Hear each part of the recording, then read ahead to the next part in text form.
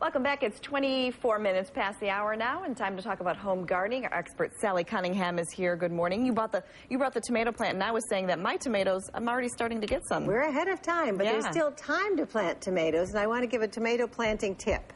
Plant your tomatoes sideways. If you plant sideways and you take off these bottom stems, these bottom leaves, wherever you pinch at the bottom will grow new roots.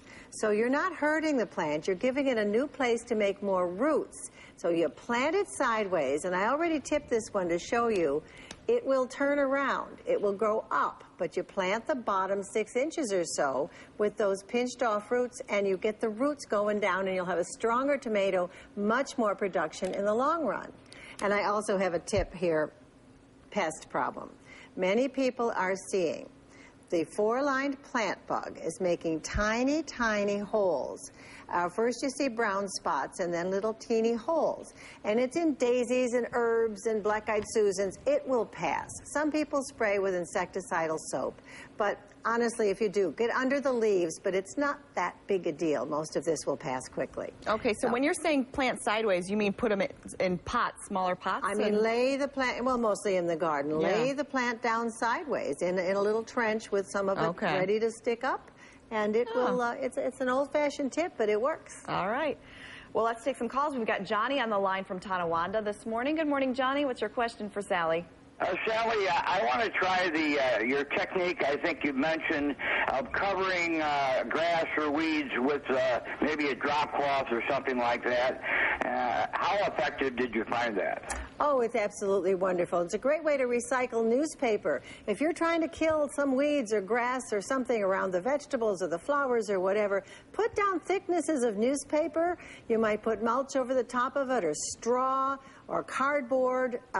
It works. Just get that newspaper and cardboard into your garden. It does the job. I did that, and I can say it does work, because I did that last year for the first time, and I couldn't believe how effective it was. Absolutely. It's so easy. You look under there, and there's worms, and all the weeds are gone. That's great. All right, let's get a call from Ed this morning from Tonawanda. Good morning, Ed. Good morning. Hi. Good morning, Sally. What's up? I planted a rhododendron, and it's going wild. When's the best time to cut it back? Oh, well, I'm very glad for you that the rhodie has gone so well. We often prune them in March or April, and that's when you can see and get the shape back. But you can also, after it flowers, do some pruning back now. You can also cut back on the longest branches. You can get it under control. Don't just make a round ball, but alternate your cuts, and I think you'll do well with it. I'm glad you have a successful one. All right, let's get one more call in from Dave in Cheektowaga. Good morning, Dave. Good morning. What's your question? We have a Colorado blue spruce tree, and some of the needles are turning brown.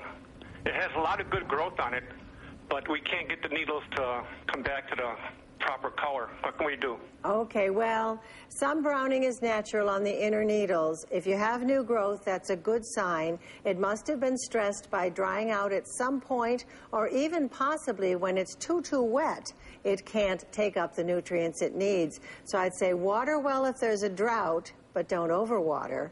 And it has plenty of good season ahead to bounce back from whatever stressed it in the first place. Well, I have to tell you something. Look, NationalGardenFestival.com.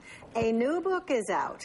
This is the book, The Nonstop Garden by Stephanie Cohen, and she's coming here Saturday night. She will be at Nichols School, and that website will show you how to get there. It's only $12 to go, but gardeners in Buffalo, we invited her for you who are having garden walks and tours to talk about the flowers of summer.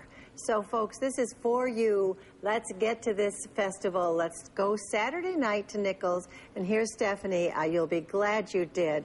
I'll be there, and I will welcome you personally. All right, and there's a lot going on for gardeners over the next few weeks as well. The whole 5 weeks ahead of us. There's a lot to do. But this is the big kickoff, and it's important to support it. All right. Thanks so much, Sally. We'll see you next weekend. See you then. We'll come